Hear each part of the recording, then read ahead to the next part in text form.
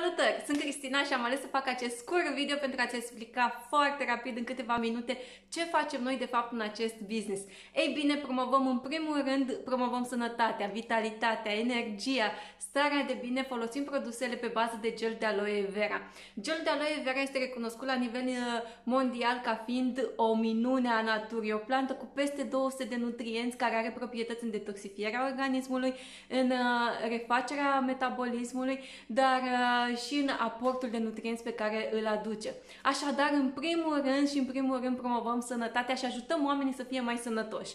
În al doilea rând, ajutăm oamenii să își creeze o sursă de extra venit sau un venit pasiv.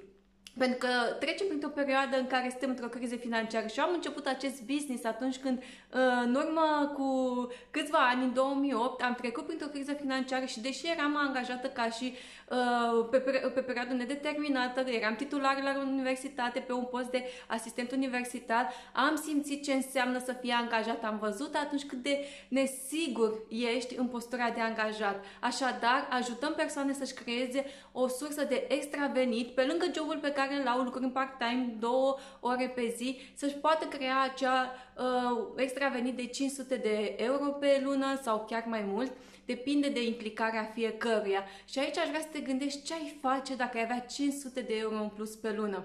Al treilea lucru pe care îl facem, dacă îți dorești să faci lucrul acesta, așa cum am dorit și eu să-l fac, este acela de a ajuta persoanele să-și dezvolte un business global, un business în peste 160 de țări, pentru că compania cu care lucrăm este prezentă în peste 160 de țări și poate pune la dispoziție tot suportul online de a avea magazine online în toate cele peste 160 de țări.